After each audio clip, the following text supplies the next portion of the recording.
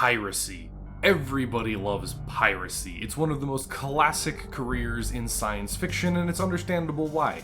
You can be a pirate and have the easiest life ever as you scallywag and buccaneer your way to riches. You can shoot the pirates and not have to be guilty about it because you're an upstanding and righteous space paladin and they're the scum of the universe. You can even enjoy complex moral questions like, are the pirates secretly the good guys if they're stealing from the evil empire? But unfortunately, despite their insane prevalence in media, especially in sci-fi media, pirates are often incredibly stupid, barely profitable, and entirely orderless masses of barbarians. So today, I am going to teach you, dear viewer, how to get yourself set up and ready to be a pirate, guaranteed to bring you profit, glory, and riches, whether you be sailing the stars or your local Floridian drainage ditch, whichever happens to be closer.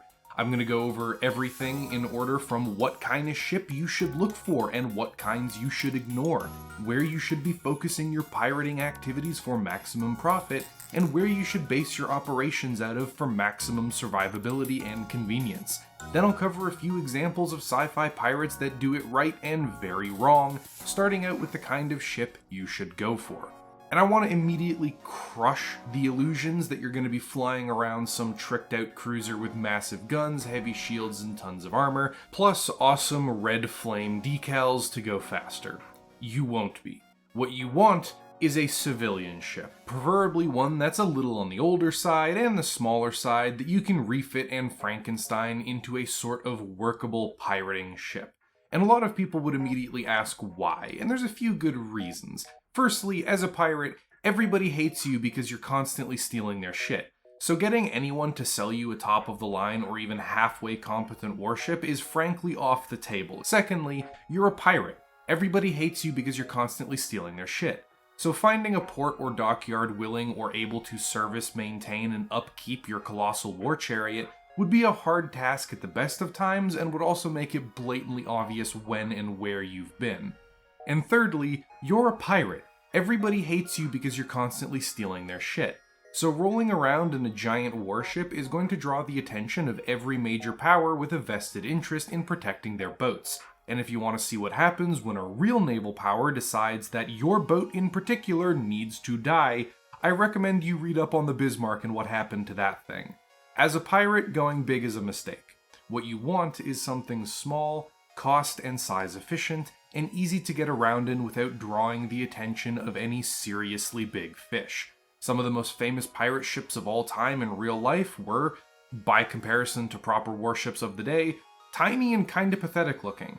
Take the Queen Anne's Revenge, the ship of Edward Teach, also known in pop culture as real-life mother-flippin' booty-plundering Blackbeard. Actually, literally this guy. And this is it. Kinda small and unassuming, huh?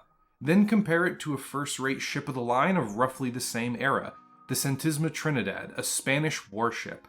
Even the biggest ships ever used for piracy, like Henry Avery's ship, the Fancy, a man of war, was just yoinked when the entire crew mutinied after not being paid by the government.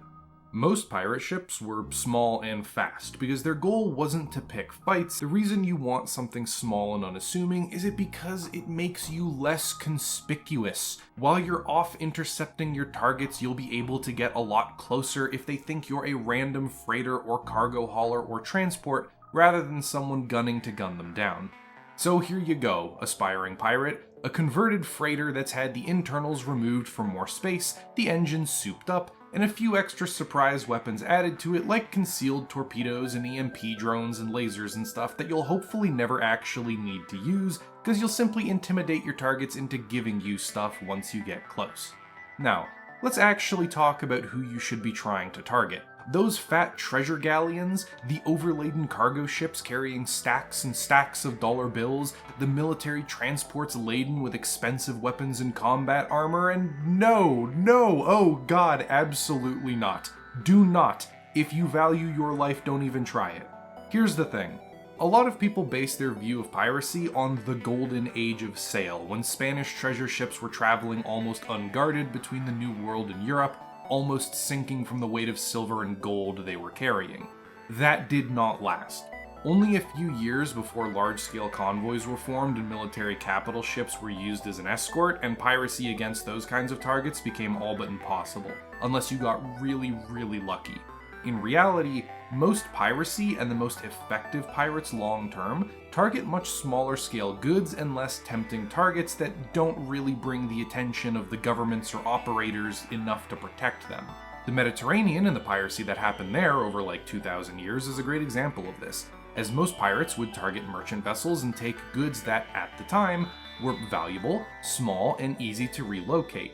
Olive oil, wine, grain, leathers and cloth, metals, that kind of stuff. Not only because it was often far easier to find those original kinds of targets, but because it was far easier to sail to a port that didn't know you and sell off that kind of plunder. Showing up and trying to trade silver or gold bars for ship repairs would raise a few questions and probably get you crucified.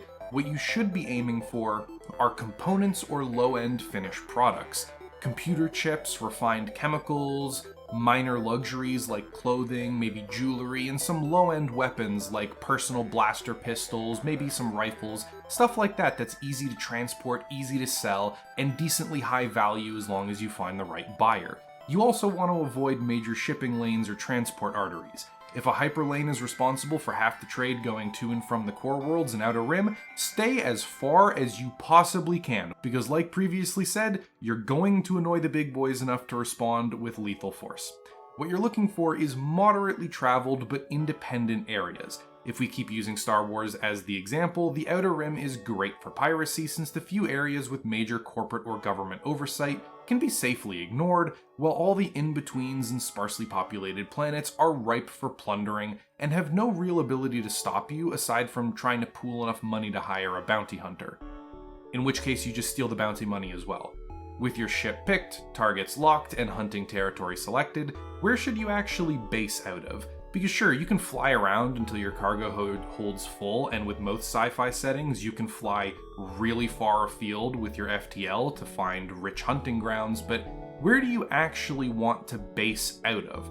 Well, here's where you have two choices. You can either choose to construct your own keep somewhere in the fringes of civilized space, pick some barely charted, far-aside planet or moon and start ferrying supplies and materials there to build your own base, or settle in and get cozy with someone else's wretched hive of scum and villainy who's already put in the work. Let's start with the first choice. If you're going to build your own outpost on some far-off world or moon, you immediately get a few major bonuses. Firstly, privacy. No one but you and your trusted crew have knowledge or access to this location. You can do whatever you want, pile up as much loot as possible there, you're essentially building your own miniature kingdom out in the dark, and, assuming you've got the money, you can even start building up more infrastructure out there. Bars, brothels, casinos, storage areas, you name it. Of course, the downside is that you are totally on your own. Every time you run out of water or need to do a supply run, or need to make structural repairs, you better be able to do it, otherwise you're kinda screwed. Option 2 is setting up in someone else's base. This immediately gives you the advantage of supplies, infrastructure, and protection. Say you base out a hut space. Well, you've got one hell of a buffer from the lawman, you've got any number of spaceports and cities to choose from, and tons of vendors, merchants, and unscrupulous buyers of all manner of illicit goods at your fingertips for anything you could need to take on or offload. And the downside is, well, you have no control. You sing and dance to the tune of the ruling crime lord, and if he says he's taking half your loot, well, that's just his cut. If he says you can't hit certain targets, then you can't. And if he says you're gonna do a job for him, you're gonna do a job for him. There's really no other option besides die or leave their space permanently, and depending on how unfriendly your parting was, a la Han Solo, the crime lord may still send some old friends after you to collect. And now, let's go over some various examples of space pirates and grade them according to how well they do, starting with a solid middle of the road. The OPA belters from the Expanse, or at least the more piratey factions of them in the outer systems. These guys get a solid B. They use refit civilian haulers and transports, easy to blend in, easy to get your hands on, and since the belters are the space labor in the setting, they have all the skills and knowledge to maintain and use them over the long term, as well as upgrading or refitting them. They also stick to the outer systems and open space, harassing lone and insignificant traders and transports. They have a number of hidden bases and large organizations to help one another out in their pirating proclivities, and are overall a very hard to weed out group poking at the fringes of society. Where they lose points is their goddamn ego. When Mars was still forming itself up, the Belters got a little too uppity and moved a little too close to the inner systems and their industry and economy. Once Mars got its military up and running, they chased down and butchered every single pirate they found in their territory. You did so well, Belters, you got so far, but your common sense just couldn't keep a lid on your greed, and you had to try going for the really big prizes that the Inners were ferrying around in their closed-in, highly patrolled systems. So you get a B.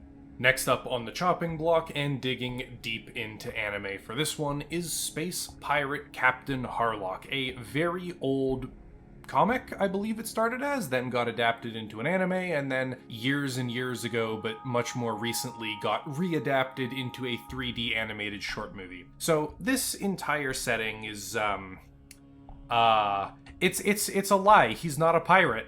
Oh sure, he flies the Jolly Roger and calls it the Freedom Flag, as well as stapling that symbol literally everywhere across his ship the Acadia and his own chest, and we'll also give him points for dressing like a pirate in space and literally stapling the back of a pirate ship onto his spacecraft, but aside from that, he's really not a pirate. He spends the majority of the entirety of his anime and the comic basically fighting a rebellion against evil invading aliens and a almost comically apathetic Earth government that's kind of just willing to let society waste away into nothing over the next 1,000 years. I don't really think that he qualifies as a pirate, and it's more of an aesthetic thing where you took your homework from last month and just change the title and some of the details around to resubmit it this time, and I have caught you, so no, unfortunately you fail, you get an F. If you do manage to somehow, again, rework it for like a 4th time and submit it by the end of next week, well,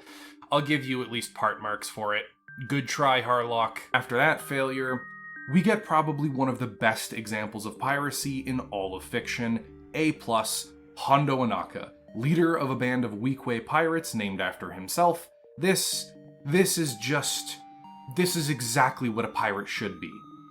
Hondo started as a slave before escaping that fate and immediately formed his gang on the outskirts of civilized space. They raided transports, shook down businesses, and robbed everyone blind until eventually he moved his gang off-world to their own hidden base. On the world of Florum, Hondo built a private little empire. Large base, multiple landing areas with enough crewmen and mercs to keep his business running constantly, and while he became a legend in the Outer Rim, a veritable pirate king, he never really picked fights with targets that would get the ire of more powerful enemies or made himself enough of a nuisance that people were actively trying to hunt him down and murder him.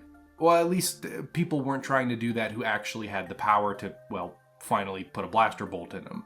And for anyone wondering about that, because the Clone Wars, he seems to run into a lot of trouble with the big factions, he never really did anything bad enough that would inspire the Republic or Separatists to attack him, right up until Dooku and the Jedi brought the war straight to him. We even see some of the targets his group hits, which reinforce this. An undefended transport that was carrying Jedi younglings, he didn't know at the time that they were carrying Jedi, and that's a bit of a problem, and he was kind of like, oh shit. They realized they made a mistake pretty early on, but all they saw was an easy, undefended shuttle moving around the Outer Rim, so why not jump it? We also see his gang target an isolated farm on some random shithole world, and you might wonder, why bother with a farm? Well, pirates need to eat, and that's a lot of free food. Plus, you've got all the machinery, tools, technology, and presumably scraps of money that you can salvage. It's an easy, simple, profitable target for a raid, and they can't fight back, so why the hell not? It's free money. In the end, things do go rather poorly for the Ohnaka gang, but let's be real, the Belters got bodied off-screen and Captain Harlock is, he's not even a pirate. But Hondo had multiple run-ins with the main characters, Space Wizard main characters at that. It's an auto-lose, man. There's nothing you can do about that. God decided you're taking the L, so you're gonna take the L. Like, imagine if some Somali pirate kept running into General MacArthur's ghost, who could summon atomic strikes on command every time this poor guy tried to raid something. and he manages to still escape like 5 times, that's the equivalent of what happened to Hondo Ohnaka. There's really not much you can do about that. And that pretty much concludes this guide on how to be a good pirate. As a last summary, keep your ships simple and cheap, modify them with some souped up weapons and engines, target reasonably rich but small and independent traders, find a good base off the beaten path to lay low at, and for the love of God, for fuck's sake, do not piss off any major powers, or heavens forbid, the main characters, or you are in for a fast trip to the afterlife. Also, since we're in sci-fi, taking care of your hygiene should be easy, but you get bonus points on your assignment for being dirty, stinky, disgusting animals, since that's what most pirates were actually like in real life. And if you've made it this far in the video, you are clearly the target audience, so why not consider leaving a like, subscribing, ringing the bell, and checking out some of our other content, all that good YouTuber begging, since it really does help the channel out, and every little bit matters against the algorithm gods. Or if you're feeling generous, Sci has a Patreon. And speaking of Patreon, to all the generous members donating to my Staying Alive fund, a huge thank you. The arms dealers supplying all the toys, tools, and examples seen in this video for hands-on experience, ensuring that sustenance shall never again elude my grasp, and the coffee vendors supplying my war against sleep. With a special thanks to the new guys, Andrew Minter, whatever, and Mayboro. Thank you very much for your generosity. And with that, the video is functionally over. Outros are hard, I got nothing else. Goodbye!